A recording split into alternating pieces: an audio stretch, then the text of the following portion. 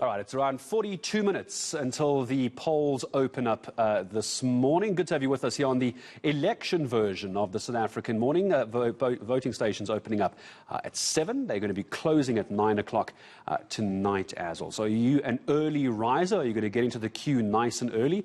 We saw earlier with Slindelo Masekane out in Douglasdale. There's already a small queue forming. I'd recommend what you do is take yourself a camping chair, some snacks, and also an umbrella, and also sunscreen, your mask, and your pen as well. There's a lot to take with you because of COVID-19, but we'll check in with our reporters again later. Let's talk politics for a moment, and has it all worked for the political parties? It's always such a pleasure to speak to Mapaseka Muroa, joining us normally over Zoom. This time, we've dragged you in to come sit with us. It's nice to have a political analyst in person with us. So last-minute voting. Last-minute electioneering, over the weekend.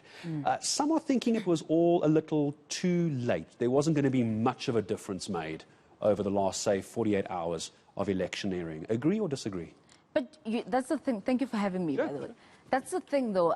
You never know. That last-minute push might actually be worth it, or it could be detrimental. I mean, we did see, President Ramaphosa say something very interesting to the people of Ekurhuleni, that, you know what, we are the only party that can fix the electricity issue.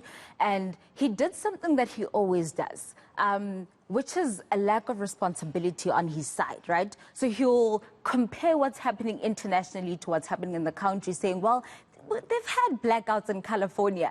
So it's not such it's an international thing. We don't care what's happening in California. Exactly. Californians care what's happening in California.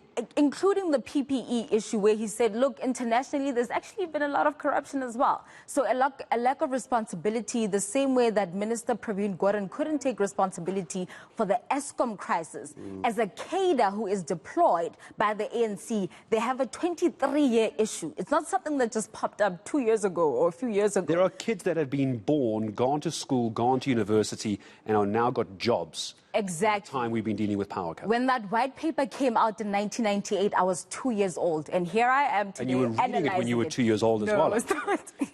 So how do we try and get voters who would historically have voted for the ANC in this case, or the DA, to change their mind? Do you think we're still, Mapaseka, at a point in our elections and our electoral thinking that we're still going to vote historically?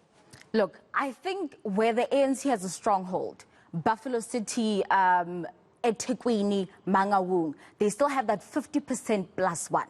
So I think they might be able to retain the majority. Maybe they might slip just below the 50%, but they will be able to retain the majority. But in places like Tshwane, Johannesburg, Nelson Mandela Bay, Ekurhuleni, where we've seen a very hot contestation, I think that's when you see voters really evolve in their thinking and evolve in their voting. I think the past few years, there was a shift in 2016. So I think that shift might continue, but not in the ANC strongholds.